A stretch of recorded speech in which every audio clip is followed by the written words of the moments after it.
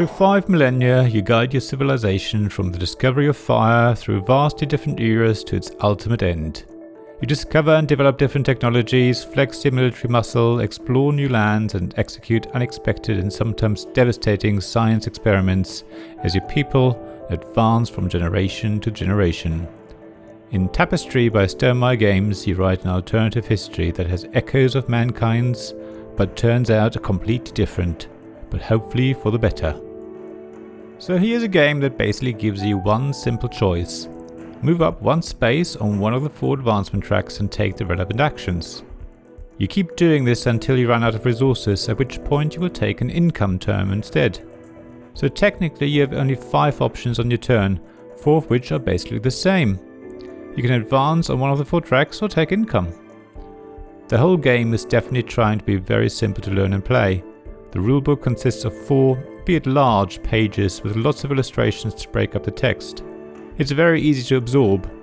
The game board and player mats use mostly symbols, making the game very visual and almost language independent. The cards are very colourful and beautifully illustrated and contain very little or no text, again relying on symbols where possible. In the way that you learn how to play it, Tapestry reminds me of Wingspan. In both games the choices are relatively easy to start with, and as play progresses some actions become only possible if you have certain resources, which in turn means you are forced to take certain actions to get those resources. Both games really guide you through the gameplay one turn at a time. Also, the way that your actions get more powerful as you move up the advancement tracks in Tapestry is similar to how the actions get more powerful in Wingspan as you play birds. There are also echoes of other Stonemaier games. For example, some civilizations in Tapestry have the ability to uncover bonuses, which is very reminiscent of upgrading actions in Scythe, so we feel quite at home with Tapestry if you know other games from the publisher. However, there are plenty of differences of course. One thing that I really liked is that players keep taking turns in clockwise order, but everyone can decide when they move into the next era, which is sort of like starting a new round but only for themselves. It's not the first game that does this of course, but I hadn't come across it so far in the games I've played. This way of moving through the game means that some players can be nearing the end of the game, while others are only halfway through their civilization. That's really interesting, until the end of the game where it can lead to players sitting around waiting for other players to finish another dozen turns before the game's actually over. People can get bored and turn to their smartphones. Yet, I've found for our games group that we remained interested and invested in the game and continued to try and influence the outcome with our usual banter. So even though it can feel like extra pressure for the last player to finish their game, it also offers the opportunity for more social interaction. Now let me talk some more about Tapestry appearing to be very simple. That's not quite true of course.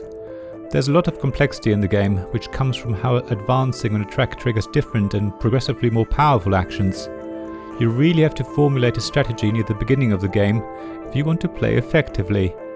The complexity is further increased by the different tapestry and technology cards you gain and activate during your turn, and the ability to expand and conquer areas on the map.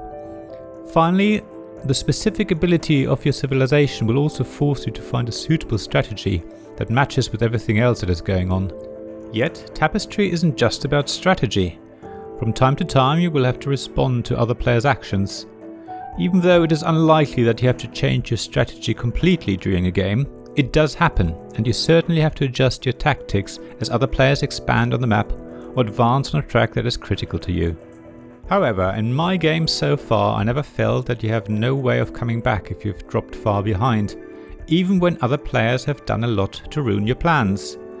There always seemed to be a new way of getting points and catching up. So despite there being some level of player interaction, it never seems to be devastating. In fact, I have wondered whether it really matters if you play well or not, as long as you don't give up completely. As an example, in our last 4-player game, someone was over 100 points behind 2 other players, yet they were able to not only catch up, but actually win the game at the end. They were the last to advance into the 5th era, so it took several turns back to back, suddenly and unexpectedly gaining huge amounts of points. They themselves hadn't expected to do so well, and the 3 of us who had already finished our eras were starting to get bored by them taking repeated turns, when we suddenly saw how they were racking up dozens of points in short succession, and boredom quickly turned into awe. I can't really say if this was a fluke, because Tapestry is the sort of game that you do need to play a lot before you can get even a small glimpse of how it works. It's very similar to Scythe in that respect for me. Factions in Scythe that seem overpowered when you play your first few games later turn out to be actually much less powerful, and other factions rise to the top.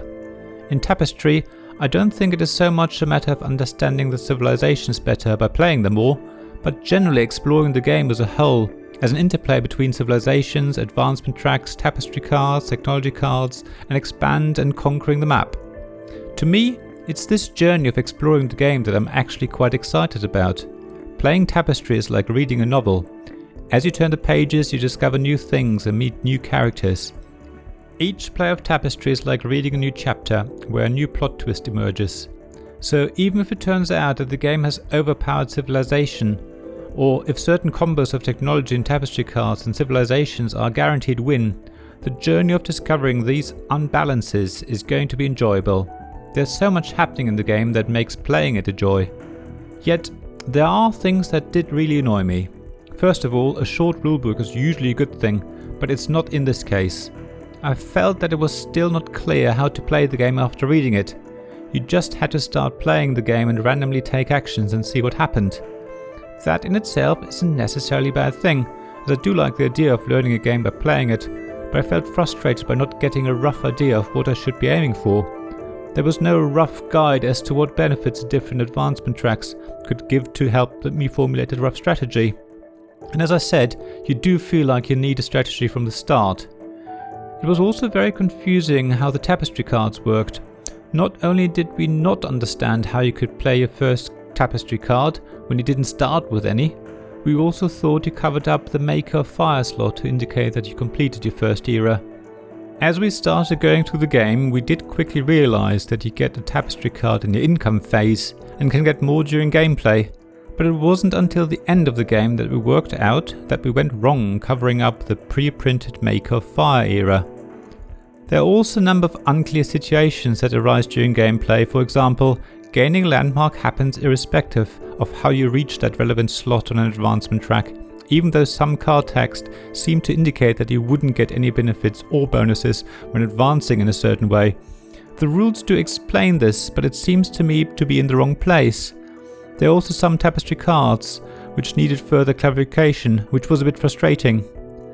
The next annoyance came from the 4+ side of the map. We feel it's too big for 4 players and probably 5 as well. It feels too hard to actually reach another player to have a chance of toppling one of the outpost tokens.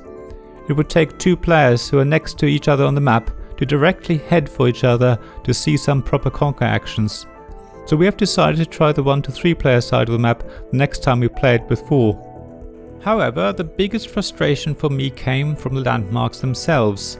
They don't properly fit in the spaces that they are supposed to cover, especially the bigger and L-shaped buildings. In our first game we tried to squeeze them into a smaller area, and even in subsequent games we had to continually refer back to the board that shows the landmarks' shapes to remind ourselves what squares they should cover up in our capital cities. The shapes are very important if you plan on covering up certain spaces, especially because you often have to plan quite a few turns ahead and leave specific gaps for landmarks to fit, only to find out their shape is different to how you thought it should be. One other big thing which didn't actually bother me at all is that it's called a civilization game, when I would say it really isn't one. Yes, you have a civilization that you play and you expand and conquer on a map, but that's really only secondary to the game. Tapestry is certainly more of a storytelling game than a civilization game, but it actually isn't either. It's a wonderful engine building game in my view, and that's absolutely fine and ticks all the boxes for me. So even though the list of negatives seems long, and I still find many of them annoying and frustrating, I love Tapestry. I appreciate it's a lot of money to pay for a game, so you may decide to invest it in a different one, but having paid it, I now can't wait to play Tapestry a lot more. The game asks for your full attention to the detriment of other games. It's a bit self-obsessed in that sense. However, it takes me back to how I felt about Scythe. I had a love-hate relationship with it. I hated when I lost and couldn't figure out why, but couldn't wait to play it again and try a different approach. Tapestry is a bit different in that it suits my playstyle a lot more and feels a lot more natural in its flow and how it guides you from turn to turn. Yet, just like Scythe, I can't wait to play Tapestry again and see what other civilization, Tapestry and technology cards I can discover and what other strategies I can try. So even if this novel turns out to have no meaningful message, it certainly has a plot full of twists and turns and surprises. Thank you for listening to this Tabletop Games blog review. There's also a written version of it on my blog, links in the description of this podcast. There you'll also find links to my Ko-fi and Patreon pages if you want to support me financially. Other than that, please also like this podcast and subscribe to it. Leave some stars if you're an Apple Podcast. Everything would be really welcome. And review it if you can as well. Other than that, tell your friends about it. And generally, I hope you join me again for another episode of Tabletop Games Blog Review. Thanks for listening and bye. This podcast was made possible by my Patreon supporters, David Miller of Subquad Publishing, James Naylor of Naylor Games, Paul Grogan of Gaming Rules, Robin Kay of Ruined Sky Games, Sarah Reed of Undine Studios, Tim Vernick, and Richard Simpson of We're Not Wizards.